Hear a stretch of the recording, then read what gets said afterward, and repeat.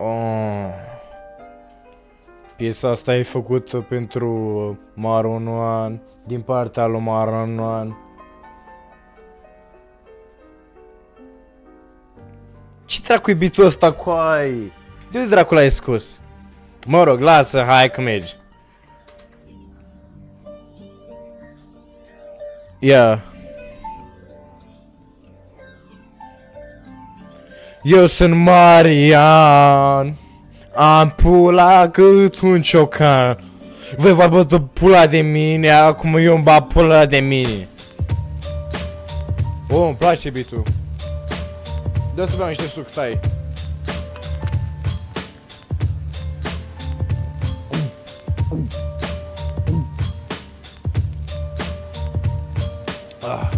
Stai, eu trebuia să cânt? Da. Eu sunt Marian, am pula cât un ciocan. Pe tine te cheamă Andrei, ai pula cât un tei. Nu vorbesc cu Ionuț pentru că Ionuț îl mai sub. Eu vorbesc doar cu mama. Ba pula maică mea, masa. Coai, voi bate joc de mine? Băga mea-și pula.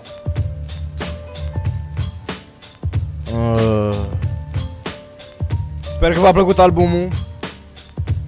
Top 5 albume din viața mea pe care le-am ascultat. Și primele 4 erau toate ale mele. Îmi place beat-ul.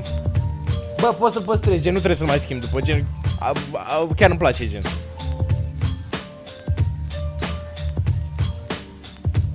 Bă, ce mai termină?